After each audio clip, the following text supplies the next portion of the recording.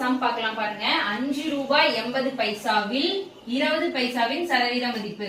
அப்ப இது ஃபுல்லாவே ஒண்ணு, இந்த ஃபுல் இதுல அது கேக்குறாங்க. அப்ப 5 ரூபாங்கிறது 500 பைசாவா? அப்ப 500 பைசா பிளஸ் 80 580 பைசாவுல 20 பைசா எவ்வளவுன்னு கேக்குறாங்க. ஓகேங்களா? 580 பைசாவுல 20 பைசா எத்தனை சதவீதம் அப்படின்னு கேட்டாவே இன்டு 100ஆல பெருக்கணும். இப்ப 0 0 கேன்சல் பண்ணும்போது 1 2 2 2 4 9 2 18. ஆன்சர் பாத்தீங்கன்னா 100/29 சதவீதம்னு வரலாம். ஒருவேளை கலப்பு பின்னத்துல இந்த ஆன்சர் கொடுத்திருந்தாங்கன்னா எப்படி கண்டுபிடிக்கணும்னா கீழே இருக்க வேல்யூவை வெளியே போடுங்க.